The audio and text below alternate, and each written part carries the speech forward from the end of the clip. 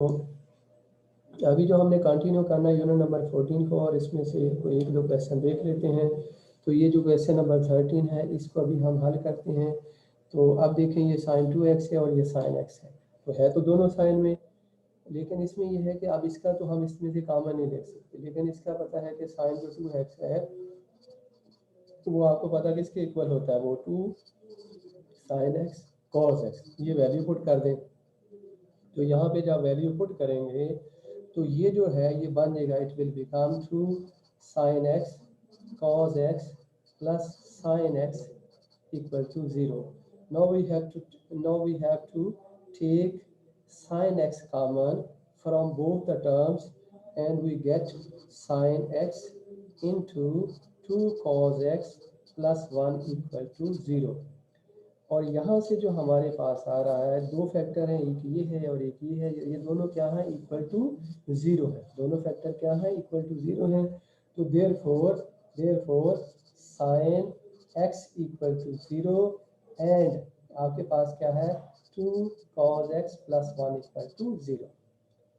अब ये जो है दोनों को हमने हल करना है, और यहाँ से पहले इसको हल कर लेते हैं। तो ये आ गया, अब sine x equal to 0, this implies that x equal to क्या होता है, एक तो वैल्यू 0 है और एक क्या है, पाई पे होता है, दो वैल्यू इसके निकलती है। तो अब इसका जो सोल्यूशन सेट आएगा वो क्या आ जाएगा आपके पास, n पाई। क्या आ जाएगा, n पाई। अब दूसरी क्वेश्चन ले लेते हैं, इसलिए कि n पाई देखें आप रखेंगे तो इसमें सारी वैल्यू आ जाती है where n belong to z, set of क्या है, इंटीजर्स है। और दूसरी जो इक्वेशन है वो आपके पास है 2 cos x plus 1 equal to 0, और ये बन जाएगा 2 cos x इक्वल टू -1। ठीक है।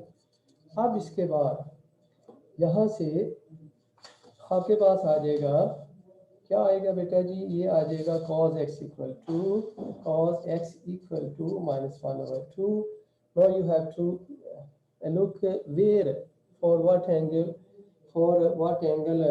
cos has a negative value। तो एक तो ये आपको पता है कि cos की जो वैल्यू है ये कौन से क्वाड्रेंट में होती है, नेगेटिव, एक तो दूसरे में होती है, एक तीसरे में तीसरे में होती है। तो ये आपके पास है, पहले आप लिखेंगे cos x इक्वल टू 1/2। तो x की वैल्यू जो है ये cos इनवर्स 1/2। अब 1/2 पे वैल्यू क्या होती है, पाई ओवर 3 होती है। आपको पता है ना, 0 पे मैक्सिमम वैल्यू होती है, तो ये 0.5 है, तो इसके बाद डिक्लाइन, तो 60 डिग्री पे जो वैल्यू होगी वो क्या होगी, पाई/3 होगी। तो अब ये तो हमारी वैल्यू असल में नहीं, क्योंकि हमने तो ये देखना है कि कॉज, अब इसका है दूसरे में जाना है और हमने किस में वैल्यू फाइंड करनी है, तीसरे में। तो ये रेफरेंस एंगल आपका बन गया, ठीक है ना। अब इन क्वाड्रेंट क्या है, सेकंड में ये वैल्यू आपके पास पता है नेगेटिव होती है, तो सेकंड में जाने के लिए क्या करते हैं, pi minus theta, it mean पाई/पाई/3, और which is equal to 3 pi minus पाई/3। और ये किसके इक्वल है, ये किसके इक्वल है बेटा, ये आ जाएगा 2 पाई/3। क्या निकलेगी वैल्यू, ये आ जाएगी 2 पाई/3। तो एक वैल्यू आपके पास निकल आई, ये आ गई थीटा इक्वल टू, ये आ गया 2 पाई/3। अब दूसरा आपको पता है कि किस क्वाड्रेंट में एंगल जो है कॉस जो थीटा होता है वो नेगेटिव है, इन थर्ड क्वाड्रेंट। अब जो है इन थर्ड क्वाड्रेंट जो है इसमें भी ये नेगेटिव होती है, तो इन थर्ड क्वाड्रेंट में क्या होता है, पाई प्लस थीटा। तो ये आपके पास आ जाएगा पाई, और थीटा आपके पास क्या था, पाई/3। तो ये आ गया, तो ये आ जाएगा इसी तरह, ये 3 आ गया, 3 इंटू पाई, ये 3 पाई प्लस पाई, ये आ जाएगा 4 पाई/3। ये आ गया। अब आपने now you have to write the solution. अब आपने क्या करना है, सॉल्यूशन लिखना बेटा जी। तो सॉल्यूशन कैसे लिखेंगे, सॉल्यूशन सेट जो आपके पास आएगा वो क्या आ जाएगा, एक वैल्यू आपने क्या निकली थी, वो जो है x की वैल्यू कह लें, ये आपके पास क्या है, एक तो n पाई था आपने, ठीक है, आगे यूनियन, फिर आपके पास क्या था 2 पाई/3 प्लस 2n पाई, क्योंकि आपको पता है कॉस का पीरियड क्या है, 2 पाई है। तो ये आपने, इसके बाद यूनियन, तीसरी वैल्यू क्या थी, ये थी 4 पाई/3 प्लस 2n पाई। तो ये आपके पास सोल्यूशन सेट आ गया। ये है क्वेश्चन नंबर 13। फिर देख लें कि ये था, इसमें इसकी साइन टू एक्स की जगह पे आपने वैल्यू पुट कर दी, यहाँ से साइन एक्स कॉमन आ गया, ये इक्वेशन आ गई। अब यहाँ से दो इक्वेशन आ गई, एक आपके पास ये है, एक ये है, इसका सोल्यूशन हमारे पास ये आ गया, और इसका सोल्यूशन जो है आपके पास ये निकल आया, ये है आपके पास, ये आ गया -1/2 विच इज इक्वल टू π/3। पहले आपने इसको इक्वल टू 1/2 पॉजिटिव लेके ही वैल्यू निकाले।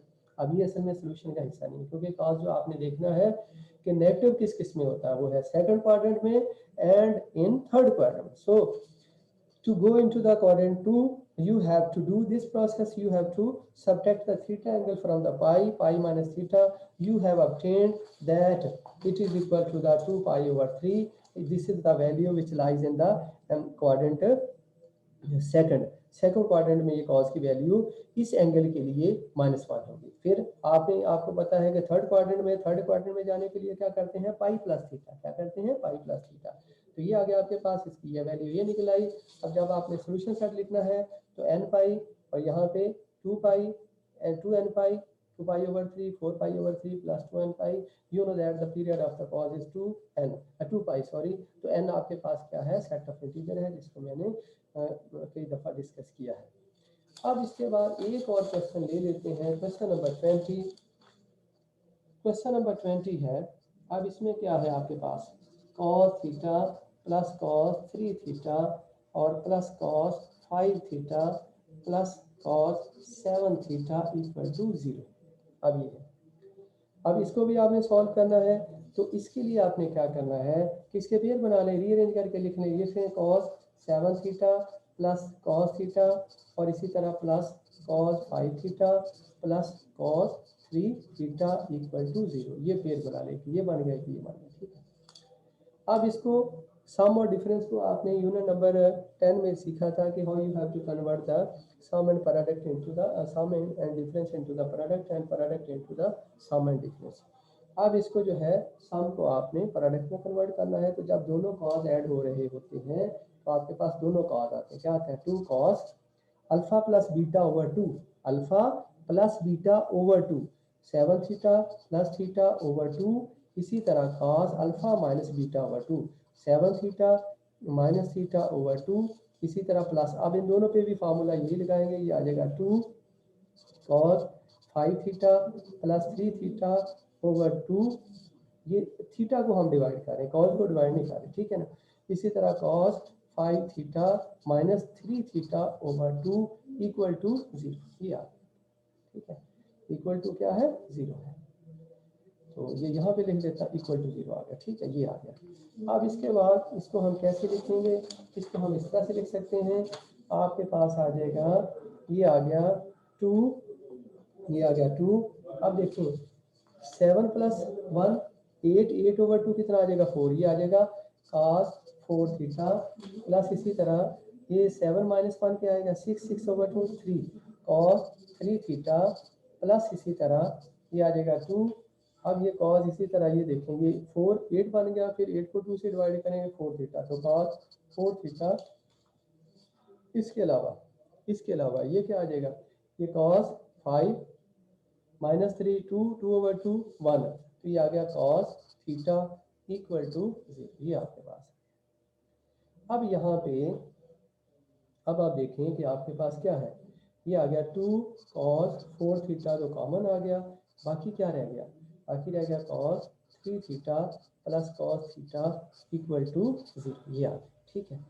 अब इसका एक का पहले सोल्यूशन निकाल लेते हैं, एक फैक्टर तो ये 0 हो गया, बाकी ये रह जाएगा। तो पहले cos 4 थीटा का निकालें, इक्वल टू 0 कब होता है, इसका मतलब है cos ये आपके पास 4 थीटा 0 तब होता है जब इसकी वैल्यू 90 हो, कितनी हो, π/2 हो, ऐसे है ना। तो ये आपके पास क्या, इसकी वैल्यू क्या है, एक तो cos 4 थीटा कब 0 होता है, ये आपके पास होगा, क्या होगा, 0 होता है 90 पे, तो π/2 आ गया। और इसके अलावा क्या है, या आपके पास 3π/2 है, ठीक है। तो अब इसका सोल्यूशन क्या आ जाएगा, 4 थीटा आ गया, इसका π/2 प्लस प्लस क्या आ जाएगा आपके पास 2n पाई, और इसी तरह ये आपके पास यूनियन ये आ जाएगा 3π/2 ओवर प्लस 2n पाई, ठीक है। आप 4 से इसको डिवाइड कर दें तो एक ये आपके सोल्यूशन पास निकल आएगा। तो थीटा आ जाएगा आपके पास, ये आ जाएगा π/8 प्लस ये आ जाएगा, ये आपके पास आ जाएगा n π/2 यूनियन ये आ जाएगा 3π/8 प्लस n π/2। ये आपके पास सोल्यूशन निकल आया ए का भी। अभी दूसरा आपके पास फैक्टर क्या रह गया, cos 3 theta plus cos theta, ये रहेगा इक्वल टू 0। अब इसको ये फिर सामने है, इसको प्रोडक्ट में कन्वर्ट कर लें तो क्या आ जाएगा, ये आ जाएगा 2 cos 3 थीटा प्लस थीटा/2 और इसके साथ क्या आएगा, अब आ जाएगा cos 3 theta minus theta equal to 0। ये आ गया, ठीक है। तो आपके पास इस तरह से अभी आ गया।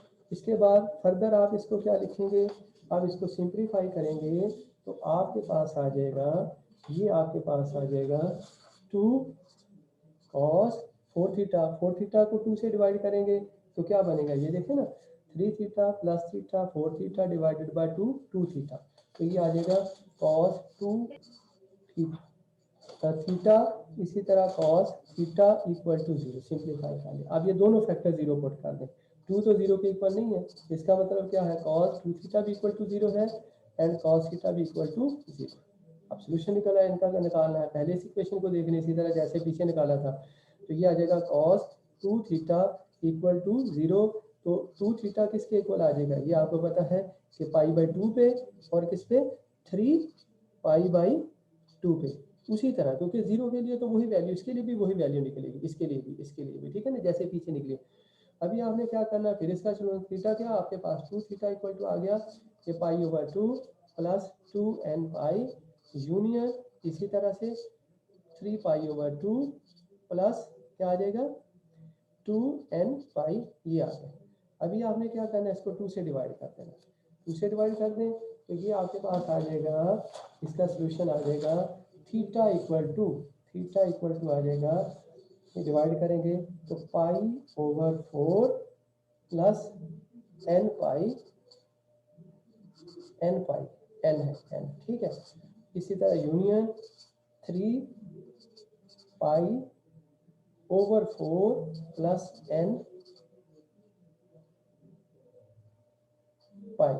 ये आपके पास। इसी तरह एक और रह गया फैक्टर जिसको हमने 0 पुट करना, वो था cos थीटा इक्वल टू 0 आ गया। तो this implies that theta equal to क्या आ जाएगा, ये आ जाएगा थीटा यहाँ से आ गया आपके पास π/2 एंड 3π/2, और इसको इसमें तो आप देखें 2 को एक फैक्टर तो है ही नहीं, इसके साथ मल्टीपल में थीटा के साथ तो कोई ऐसा नंबर नहीं है जिससे हमने डिवाइड करना। तो हम क्या करेंगे, थीटा इक्वल टू, अब सिर्फ आपने इसमें इसका पीरियड ऐड करना, वो पीरियड क्या है π/2, वो है 2n और यूनियन इसी तरह ये आपके पास 3π/2 प्लस 2n, ये है, ये आ गया। अब ये दो वैल्यू ये है और इसी तरह दो पीछे जो हमने निकाल ली है, इससे पीछे जो दो निकाली हैं, इन सबको इकट्ठा करके आप इसका सोल्यूशन देखते हैं, वो इसका क्या आ जाएगा, सोल्यूशन आ जाएगा। तो इस तरह से ये जो यूनिट है हमारा 14 एंड हो गया। तो अभी तक हमने जो है ये ऑनलाइन जो क्लासेस की हैं उसमें यूनिट नंबर 9, 10, 11, 12, 13 एंड 14 ये यूनिट कर चुके हैं। अभी जो हम शुरू करने लगे हैं ये है हमारा यूनिट नंबर क्या है, अभी यूनिट नंबर क्या है, यूनिट नंबर 2 हमने स्टार्ट करना है। इसमें बेटा कोई डिफिकल्टी है तो पूछ सकते हैं आप लोग। तो ये तो अभी जो है ना हमने क्वेश्चन किए 14 के पहले भी कोई 3 4 5 क्वेश्चन किए थे पिछले लेक्चर में और अभी हमने किए। अब जो अगला हमारा कॉन्सेप्ट है वो है इस ये जो है यूनिट नंबर 2 है और इसमें क्या है, कुछ बेसिक कॉन्सेप्ट हैं जो आपने बड़ी अर्ली क्लासेस से पढ़े हैं, यानी सेट का कॉन्सेप्ट है, फिर इसके अलावा यूनियन का है, इंटरसेक्शन का, वो चीज़ें तो आपको पता है। फिर इसके अलावा क्या है, डिमॉर्गन्स लॉ है, फिर है कि वेन डायग्राम है, ये चीज़ें हैं जो आपको। इसके अलावा प्रॉपर सबसेट है, प्रॉपर सबसेट है, इम्प्रॉपर सबसेट है, और इसके अलावा पावर सेट है। पावर सेट कैसे लिखते हैं कि जितने भी पॉसिबल, ये बेसिक सिर्फ मैंने रिवाइज करनी है, इसमें क्वेश्चन को जो है इम्पोर्टेंट होगा वो मैं करवा देता हूँ। तो इसमें क्या है कि फिर डिस्जॉइंट सेट कौन से होते हैं, ओवरलैपिंग सेट कौन से होते हैं। अब देखें पहले डिस्जॉइंट सेट, अगर कोई दो सेट ए सबसेट है बी का, तो फिर आप उसको कैसे बनाएंगे, ऐसे लिखेंगे। ये फर्ज करें सेट बी है, तो इसके अंदर सेट ए आ जाएगा, ये आ जाएगा आपके पास, ठीक है। और अगर आपके पास सेट इस तरह से है कि ओवरलैप कर रहे हैं, क्या है, ए एंड बी, ये जो आपके पास है ओवरलैपिंग है, इनमें ओवरलैपिंग है, तो फिर क्या होगा, फिर सेट ऐसे होगा, ए है, ये सेट क्या होगा, बी होगा, ये ए है और ये क्या होगा, बी होगा। अब फर्ज करें ये इनका जो एरिया है ये वाला, ये क्या होगा, ओवरलैपिंग एरिया होगा। और इसके अलावा तीसरी सूरत हाल क्या है कि अगर वो डिसजॉइंट है, अगर वो डिसजॉइंट है तो फिर क्या होगा, ये सेट ए होगा, ठीक है, और ये सेट बी होगा। यानी जब डिसजॉइंट की बात करते हैं तो इसका मतलब है कि ए इंटरसेक्शन बी जो है वो क्या होगा, एम्प्टी होगा, इनके दरमियान इंटरसेक्शन में कोई एलिमेंट नहीं होगा। अब इसमें देखें, जो प्रीवियस केस था कि ए इंटरसेक्शन बी अगर लिखेंगे तो वो आपके पास क्या होगा, बताएं, शाबाश, ये होगा। लेकिन ए यूनियन बी आपके पास क्या होगा, वो बी होगा।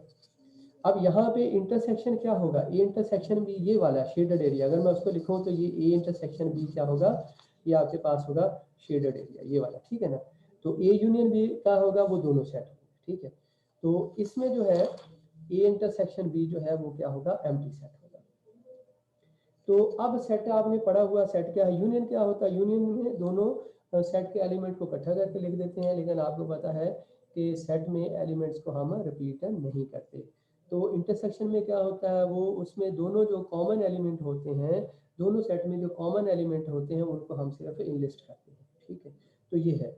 अब सबसेट क्या होता है, सबसेट क्या होता है कि जैसे ये अभी मैंने लिखा था, ये सबसेट इस तरह से। अब सबसेट अगर कोई सबसेट इक्वल हो जाए, ऐसे ऐसे ये सबसेट है, ये अगर ऐसे हो सबसेट तो फिर तो ये ए प्रॉपर सबसेट होगा बी का। अगर ये ए ऐसे भी हो जाए, यानी वो सबसेट भी हो और इक्वल भी हो जाए, तो फिर ये क्या होगा, इम्प्रॉपर सबसेट, फिर क्या बनेगा, इम्प्रॉपर सबसेट। तो ये आप कह सकते हैं प्रॉपर की एग्जांपल है, और ये क्या है, इम्प्रॉपर की, आपके पास ये इम्प्रॉपर की, ठीक है। तो ये इसके अलावा फिर पावर सेट क्या होता है, किसी सेट अगर ए का पावर सेट लिखना है तो उसको आप किससे रिप्रेजेंट करते हैं, पी ऑफ ए से। तो वो उसका फार्मूला भी है कि आप उसके एलिमेंट कैसे फाइंड करते हैं। फर्ज करें किसी सेट में अगर एलिमेंट दो है, 1 और 2, तो इसका जो पावर सेट में एलिमेंट क्या होता है, वो 2 raised to n। n से मुराद यहाँ पे क्या है, number of element in the set, number of element in the set. तो इसके जो पावर सेट के एलिमेंट कितने होंगे, 4 होंगे, क्या होंगे, 4 होंगे। इसके 4 एलिमेंट वो कौन कौन से होंगे, वो आपके पास इस तरह से है। अगर आपके पास सेट ए है, ये है 1 एंड 2 है, तो पी ऑफ ए आपके पास क्या होगा, ये होगा एम्प्टी सेट। तो सब सेट होता है, एक 1 हो गया, एक 2 हो गया, एक इसके अलावा क्या हो गया।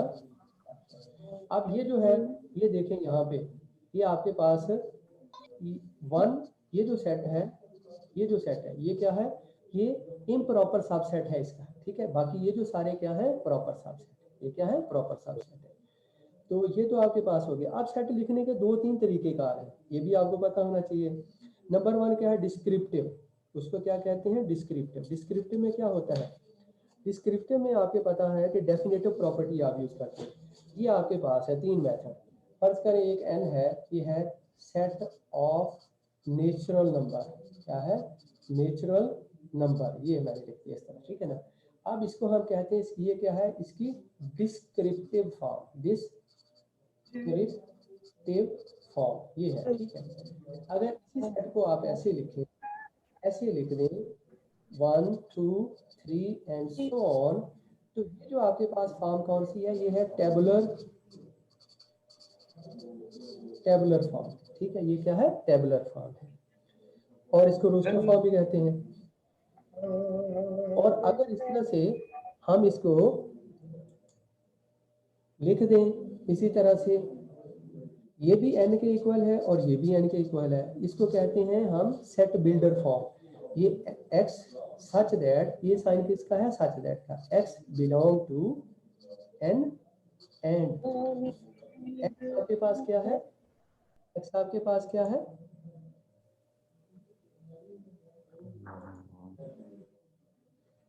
x बिलोंग टू क्या है, नेचुरल नंबर, ये है। तो इस तरह से ये तीनों फॉर्म है। ये इसकी क्या है, डेफिनेटिव प्रॉपर्टी हमने यूज की, इसको हम डिस्क्रिप्टिव फॉर्म कहते हैं। इस तरह से अगर इन लिस्ट कर दे नंबर को तो इसको हम टेबुलर फॉर्म कहते हैं, और अगर इस तरह से लिखें तो उसको हम कहते हैं सेट बिल्डर फॉर्म या सेट बिल्डर नोटेशन भी इसको कहते हैं। ठीक है, ये आपके पास है डिफरेंट। अब हमारे पास है जो अगली इंपॉर्टेंट बातें हैं वो ये है कि 2.2 है हमारे पास है एक्सरसाइज है 2.2। अब इसमें देखें उसने ये कहा है कि ए यूनियन बी फाइंड करें और इसके अलावा ए इंटरसेक्शन बी फाइंड करें। ये क्वेश्चन नंबर 2 है। पहला पार्ट इसका ये है कि अगर ए सबसेट है बी का, ए सबसेट क्या है बी का। अब ये है हमने वेन डायग्राम से इसको रिप्रेजेंट करना है, इससे वेन डायग्राम से। तो ये आपके पास ऐसे है, ठीक है। अब यहाँ पे क्या है, एक सेट ए है, ये ए है और ये सबसेट है चूंकि बी का, तो फिर ये बी जो है ये बी होगा, ठीक है। ये आपके पास सेट क्या होगा, बी होगा। ये आपके पास सेट क्या है, बी है बेटा। अब ये देखिए आगे, now you have to represent. अब आपने क्या फाइंड करना है, नंबर 1 ए यूनियन बी। अब ए यूनियन बी में तो आपको पता ना सारा सेट होता है, बड़े होते हैं, दोनों को इकट्ठे करके उसमें इसको भी इकट्ठा करें इसको भी करें, तो इसका जो ए यूनियन बी है वो इनफैक्ट किसके इक्वल आ जाता है, बी के। तो वो सारा ए यूनियन बी क्या होगा, ये सारा शेडेड एरिया क्या होगा, ये सारा शेडेड एरिया, ये ए यूनियन बी होगा। लेकिन जब आपने ए इंटरसेक्शन बी फाइंड करना है तो वो बताएं क्या होगा, ए इंटरसेक्शन बी आपका, ए इंटरसेक्शन बी जो होगा वो क्या होगा, ए इंटरसेक्शन बी वो किसके इक्वल होगा, ए के, ये होगा, ठीक है ना। यही था ना, ये फिगर थी आपके पास, ये सेट ए है और ये सेट आपके पास क्या है, बी है। तो ए इंटरसेक्शन बी आपके पास सिर्फ ये वाला होगा, ठीक। तो ये है, आपने सिंपली आपने देखना है और उसको रिप्रेजेंट करना बहुत आसान है। आप देखें ना, इंटरसेक्शन में जो दोनों में कॉमन है, अब ए और बी में कॉमन कौन सा एरिया है, रीजन है, वो क्या है, ए है। लेकिन जब आपने यूनियन है उसमें इकट्ठा करके दोनों को लिखना है, तो उसमें क्या था कि ए यूनियन बी दोनों को इकट्ठा कर देंगे, तो अब इसमें ए भी आ गया और इसमें बी भी आ गया। तो इस तरह से आपने इसको लिखना है, नोट करना है और रिप्रेजेंट करना है। अब इसी तरह अगर वो कहता है कि ये ए एंड बी डिसजॉइंट हो, दूसरा पार्ट क्या है, इसी का सेकंड पार्ट है, अगर A and B are disjoint, क्या है, डिसजॉइंट। अब देखो डिसजॉइंट का मतलब क्या है कि ए इंटरसेक्शन बी आपके पास, वो तो आपको पता है एम्प्टी होगा, सीधी सी बात है। जब डिसजॉइंट सेट होते हैं वो क्या होते हैं, उनका इंटरसेक्शन क्या होती है, वो एम्प्टी होती है। अच्छा ये बात तो होगी। अब इसमें अगर फिगर बनाएंगे तो ये आपके पास है, ये है, ये ए होगा सेट और ये क्या होगा, बी होगा। और इनमें देखें कोई कॉमन एलिमेंट है, नहीं है, तो इनकी क्या आ गई, इंटरसेक्शन बी क्या आ गई, एम्प्टी सेट है। अब इनकी यूनियन क्या होगी, यूनियन, अब देखें दोनों सेट हैं आपके पास है, ये दोनों सेट हैं जो कि क्या है, डिसजॉइंट। अब ए यूनियन बी ये आपने फाइंड करनी है। ये फिर आपके पास इसी तरह से है, ये सेट ए है और ये सेट आपके पास क्या है, बी है। तो ए यूनियन में क्या होगा, टोटल शेडेड एरिया, उसमें शेड करेंगे, नो टू कैलकुलेट, इसमें क्या होगा, ये भी शेडेड होगा और ये भी शेडेड होगा। तो ए यूनियन बी जो है शेडेड एरिया, ठीक है ना, shaded area of A and B, दोनों का शेडेड एरिया जो होगा वो आपके पास ए यूनियन बी होगा। अब इसके बाद देखिए आगे बेटा जी, क्वेश्चन नंबर 5 है, बड़ा इंटरेस्टिंग क्वेश्चन है। ये आपके पास है इसी एक्सरसाइज का 2.2 का क्वेश्चन नंबर 5, क्वेश्चन नंबर 5। इसमें उसने कहा है कि आपने, ये आपके पास है, ये यूनिवर्सल सेट हो गया और ये आपके पास तो सेट हो गया ए। उसने कहा पहला आपने ये फाइंड करना है ए कॉम्प्लीमेंट, क्या फाइंड करना है, ए कॉम्प्लीमेंट। तो ए कॉम्प्लीमेंट आपको पता क्या होता है, ए कॉम्प्लीमेंट होता है यूनिवर्सल सेट माइनस ए, क्या होता है, यूनिवर्सल सेट माइनस ए। इसका मतलब है कि इस पूरे यूनिवर्सल सेट में से सिर्फ ए को रहने देंगे, बाकी सारा शेडेड एरिया हो जाएगा और वो किसको रिप्रेजेंट करेगा, ए कॉम्प्लीमेंट को। तो इसमें आपके पास सारा जो होगा ये वाला,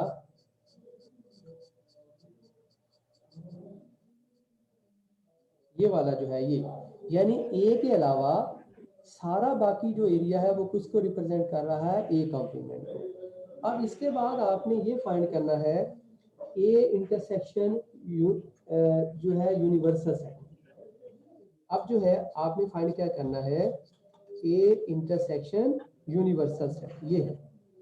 अब इसमें बताएं कि क्या होगा, इसका आंसर क्या होगा, ए होगा। उसमें आप किसको शेडेड करेंगे, सिर्फ ए को, इसलिए कि आपको पता है यूनिवर्सल सेट और उसमें ए में कॉमन एरिया क्या होगा, वो सिर्फ ए का होगा, उसको शेडेड करेंगे। इसके बाद तीसरा पार्ट है कि you have to calculate A union universal, ये आपने कैलकुलेट करना। अब इसमें आपके पास क्या आ जाएगा, इसमें आ जाएगा यूनिवर्सल सेट, ये आंसर किसके आ जाएगा, यूनिवर्सल सेट। इसमें शेडेड एरिया क्या होगा, यूनिवर्सल सेट आपके पास आ जाएगा। और इसी तरह आगे डिमॉर्गन लॉ है, डिमॉर्गन लॉ के बारे में आपको पता है, तो वो आपके पास क्या होता है कि डिमॉर्गन लॉ में ये आपको पता होना चाहिए, A union B whole complement equal to A complement intersection B complement. अब देखिए अगर आपको ये याद नहीं होंगे तो कैसे आप हल कर सकते, नहीं कर सकते। इसी तरह दूसरा आपके पास लॉ क्या है, A intersection B complement equal to A complement union B complement.